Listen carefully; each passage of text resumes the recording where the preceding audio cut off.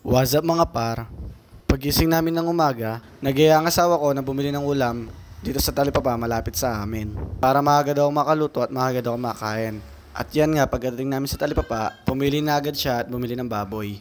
Magluluto daw kasi akong kinamatisang baboy. Katapos namin bumili naman ng anak ko dito sa tindahan, nagilaw pa nga siya sa tindera.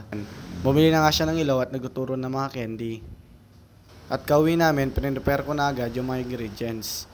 Una, syempre chinap ko muna yung mga kamatis. Pagkatapos naman yung bawang sibuyas. At iniwa ko na nga rin yung mga baboy. At inugasan ko na rin yung baboy, pati yung pechay na gagamitin.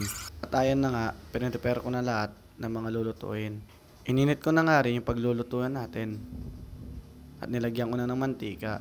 Pagkatapos ko nilagyan ng mantika, nilagay ko na yung bawang sibuyas. At inhalo-halo ko lang kasi gusto ko yung medyo toasted ang bawang sibuyas. Tapos kumagsa, nilagay ko na yung kamatis at sinunod ko na rin yung baboy. Inhalo-halo ko lang. Pagkatapos, nilagyan ko na nga ng tubig at nung pagkakulo, nilagay ko na yung pechay. At yan, hinintay ko lang, inhalo-halo ko lang hanggang sa maluto. Satisfy na naman si Mrs. Tapos kung magluto, nag-request si Mrs. na milk tea. Ay, na nga, binili ko nga siya. Medyo shy daw siya sa camera dahil di pa daw siya naligo. At nung kinagabihan, pabili siya ng Choco Pau sa Chowking pero hindi na pala available yung kaya binili ko na lang siya ng halo-halo. At pumunta na nga ako sa Jollibee para bumili ng kakainin namin ng gabi dahil tinaban na nga ako magluto. At yan nga, nung nakuha ko na, umuwi na nga ako. Maraming salamat sa panonood mga par. Please like, share, and follow my page.